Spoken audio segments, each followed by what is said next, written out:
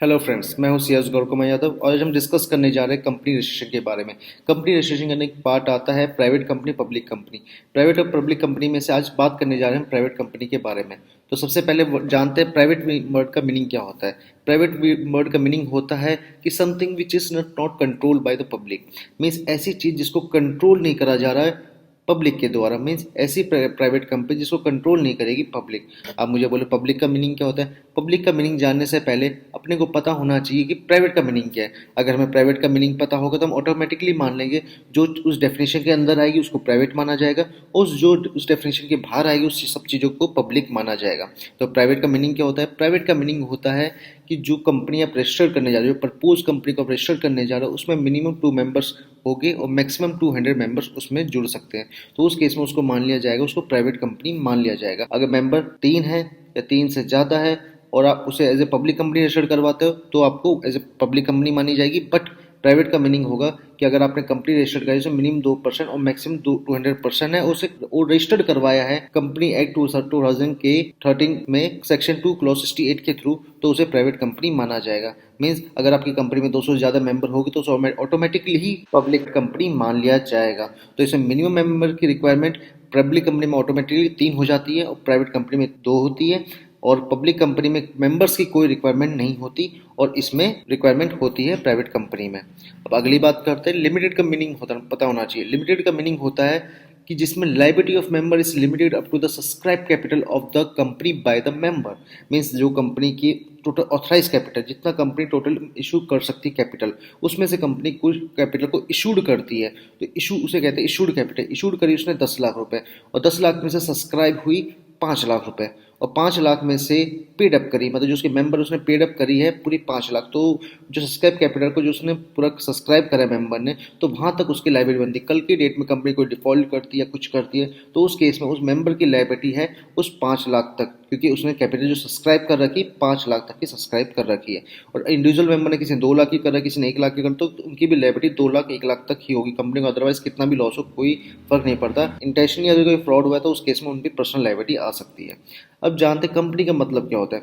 Company का मतलब पुराने ज़माने में कहा जाता है कि कई लोग चौपाट के नीचे बैठते उधर एक दूसरे से बात करते, दो या दो से ज़्यादा लोग एक जगह आके बैठ जाते हैं तो कहते हैं कि कंपनी है।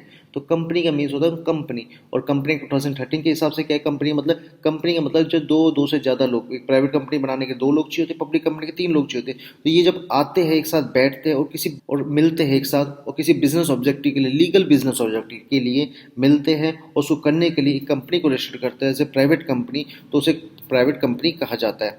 अब इसमें आप बोलोगे इसको गवर्न कौन सा सेक्शन करता है। प्राइवेट कंपनी रजिस्ट्रेशन को जो गवर्न करता है वो section 2 clause 68 of the company 2013, क्योंकि इसमें डेफिनेशन दे रहा है कि प्राइवेट कंपनी कैसे रजिस्टर्ड करता है। बाकी रजिस्ट्रेशन का प्रोसेस उसमें और भी आगे बता रहा है कैसे रजिस्टर्ड होती है। अब आपको बताते हैं इसके लिए क्या क्या प्री रिक्वायरमेंट्स होती है एक प्राइवेट कंपनी रजिस्ट्रेशन करने के लिए। अगर आपको एक प्राइवेट कंपनी को रजिस्टर करवाना है तो आपको क्या क्या चीज़ें मिनिमम चाहिए होगी, मतलब उसके बिना आप कंपनी रजिस्टर्ड ही नहीं कर सकते। तो सबसे पहले उसमें रिक्वायरमेंट आती है यूनिक नेम। यूनिक नेम का मतलब होता है ऐसा नेम जो किसी से मिलता जुलता ना हो। मीन्स अगर आपकी कंपनी रिलायंस नाम से जो कंपनी रजिस्टर्ड करवाना चाहता है उसका नाम रिलायंस रखोगे, टाटा रखोगे या फिर कोई ऐसा नाम रखो जिससे ऑलरेडी कंपनी रजिस्टर्ड है, तो आपको नाम रिजेक्ट हो जाएगा। सेकेंड चीज़, अगर उस नाम से ट्रेडमार्क रजिस्टर्ड है और उसी क्लास में आप वही बिजनेस ऑब्जेक्टिव करना चाहते हो तो उस केस में भी आपका नाम रिजेक्ट हो जाएगा। तो मीन्स आपका नाम बिल्कुल यूनिक होना चाहिए और किसी से मैच नहीं होना चाहिए। अब अगली थिंग आती है कि उसमें आपको रजिस्टर्ड करने के लिए मिनिमम 2 मेंबर्स चाहिए। अगर आप प्राइवेट कंपनी रजिस्टर करना चाहते हो तो आपको मिनिमम 2 मेंबर्स की रिक्वायरमेंट होगी और उसके बिना आप कंपनी को रजिस्टर नहीं कर सकते, बट आप मैक्सिमम 200% रख सकते हो। अब इसमें गलती से डायरेक्टर लिख दिया, वह असल में डायरेक्टर नहीं वो मेंबर है, तो मैक्सिमम आप 2 मेंबर रख सकते हो और मिनिमम आपको 2 मेंबर रिक्वायरमेंट होगी। अब अगला बात आती है कि आप कितने डायरेक्टर की रिक्वायरमेंट्स होती है। पब्लिक कंपनी में आपको नॉर्मली 2 डायरेक्टर के साथ भी आप उसमें बना सकते हो। प्राइवेट कंपनी में भी यही हाल होता है। प्राइवेट कंपनी में भी आप मिनिमम 2 डायरेक्टर के साथ कंपनी बना सकते हो। जो मेंबर है वो भी डायरेक्टर बन सकता है। और आपको बताओ मेंबर जो कंपनी में बनेगी वो आर्टिफिशियल पर्सन भी बन सकते हैं और नेचुरल पर्सन भी बन सकते हैं।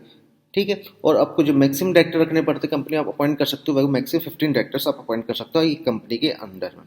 अब अगली रिक्वायरमेंट के बारे में बात करते हैं। कंपनी का होना चाहिए एक registered office. Registered office means क्या होता है, एक ऐसा ऑफिस जहाँ पे माना जाए कंपनी घर, जैसे हमारा घर होता है तो उसमें हम आधार कार्ड में अपना एड्रेस लिखते हैं कि यहाँ पे हमारा घर है। तो जो भी पोस्ट होगी, कोई भी लेटर होगा या कोई नोटिस होगा या कुछ भी चीज़ होगी, कोई डॉक्यूमेंट्स आएगी, जो भी आएंगे वो रजिस्टर्ड ऑफिस पे आएगी। तो ऐसे ही कंपनी को अपना एक रजिस्टर्ड ऑफिस रखना पड़ता है और उसके अंदर वो सारी अपनी जरूरी चीज़ें रखते हैं और वहाँ पे अगर कल की डेट में इंस्पेक्शन होता है, इंक्वायरी होती है, तो वो सीधा रजिस्टर्ड ऑफिस पे आएगा और वहाँ पे चेक कर लेंगे डॉक्यूमेंट्स को। अगला होता है डिन नंबर। डिन होता है डायरेक्टर आइडेंटिफिकेशन नंबर। एक नंबर होता है, यूनिक नंबर होता है जो एक डायरेक्टर को दिया जाता है उसको आइडेंटिफाई करने के लिए। अगर आप ऑलरेडी किसी कंपनी में डायरेक्टर हो तो उसमें आपको डिन नंबर मिला होगा, तो वो डिन नंबर आपको डालना पड़ता है, उसके साथ आप डायरेक्टर बन सकते हो। अगर आपने डिन पहली बार किसी कंपनी में डायरेक्टर बने तो जो कंपनी इंकॉर्पोरेशन होती है उस टाइम पर अपना पैन नंबर डाल के डॉक्यूमेंट्स जमा करके, तो आप उस टाइम पर डिन नंबर आपको अलॉट कर देगा एमसी। अगर आपको वैसे ही डिन नंबर अलॉट करवाना है तो आप DR12 के अंदर फाइल कर सकते हो और उसमें आप डिन नंबर ले सकते हो। अगली रिक्वायरमेंट आती है डीएससी। डीएससी आपको पता है फिजिकल सिग्नेचर का जमाना जा चुका है। फिजिकल सिग्नेचर के बस वो डॉक्यूमेंट्स पर थोड़े बहुत साइन लेते हैं, बट ई फॉर्म्स होते हैं जो आरओसी में फाइल करते हैं उसे ई फॉर्म कहते हैं। ई फॉर्म को फाइल करने के लिए आपको चाहिए था डिजिटल सिग्नेचर। उसमें आप अपनी डिजिटल सिग्नेचर लगाएंगे। एक टाइप का सिग्नेचर होता है जो डिजिटल फॉर्म होता है, एक पेन ड्राइव होती है, पेन ड्राइव के अंदर ये दिया जाता है, वो आप लगाओगे वहाँ तो अटैच हो जाता है, डिजिटली आइडेंटिटी होती है। इसको रजिस्टर करने के लिए आपको पैन कार्ड, आधार कार्ड वेरिफिकेशन प्रॉपर करना पड़ता है, उसके बाद ये डीएससी अलॉट करा जाता है। अगली रिक्वायरमेंट के बारे में बात करते हैं।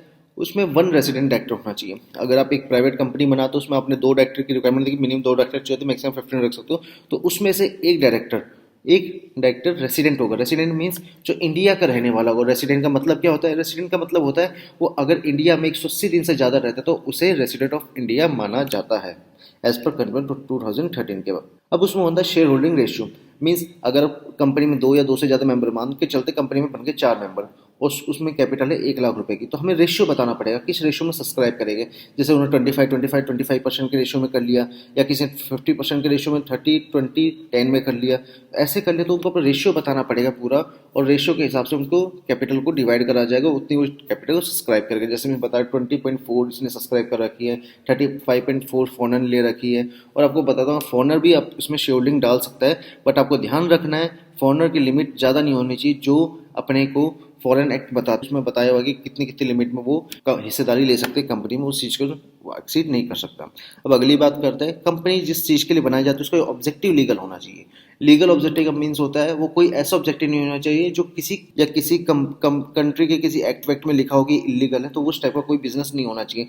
जैसे आप कहते हो मैं ड्रग्स के बिजनेस के लिए बनाता हूँ, ड्रग्स अगर आप मेडिकल यूज में करते हो तो आप उसके लिए बना सकते हो, बट आप प्रॉपर ब्राउन शुगर ही सप्लाई अप्लाई करने के लिए करना चाहते हो उसके लिए कंपनी नहीं बन सकती। तो इसलिए जो बिजनेस होना चाहिए लीगल होना चाहिए। कल आप बोल दो आतंकवादियों के लिए मैं वो बम बनाऊंगा तो वो चीज़ इलीगल मानी जाएगी और उसके लिए आप कंपनी नहीं बना सकते। अगर आपको प्राइवेट कंपनी रजिस्ट्रेशन करवाना है तो आप हमारे इस नंबर पे कॉल कर सकते हैं और आप हमें इस ईमेल आईडी पे मैसेज कर सकते हैं। अगर आपको और इन्फॉर्मेशन चाहिए इस कंपनी के रिगार्डिंग, प्राइवेट कंपनी के रिगार्डिंग और इन्फॉर्मेशन चाहिए तो आप हमारी वेबसाइट पर विजिट कर सकते हैं और वहाँ से आपको जो इन्फॉर्मेशन चाहिए आप ले सकते हो, और वहाँ से हमारा एग्जीक्यूटिव आपको कॉन्टैक्ट कर लेगा। आप अगर अपनी फ़ोन नंबर डिटेल्स उसमें डालते हो तो आपको मिल जाएगा। और अगली वीडियो देखने के लिए आप इसी चैनल पर बने रहिए। अगली वीडियो आने वाली कि क्या क्या बेनिफिट्स होते हैं एक प्राइवेट कंपनी के, और आपको सेक्शन 8 कंपनी के रिगार्डिंग कोई जानना है तो वो आप ऑलरेडी वीडियो में देख सकते हो, जो ऑलरेडी मैं अपलोड कर लिंक मैं बायो में दे दूंगा। तो thanks for watching, thank you.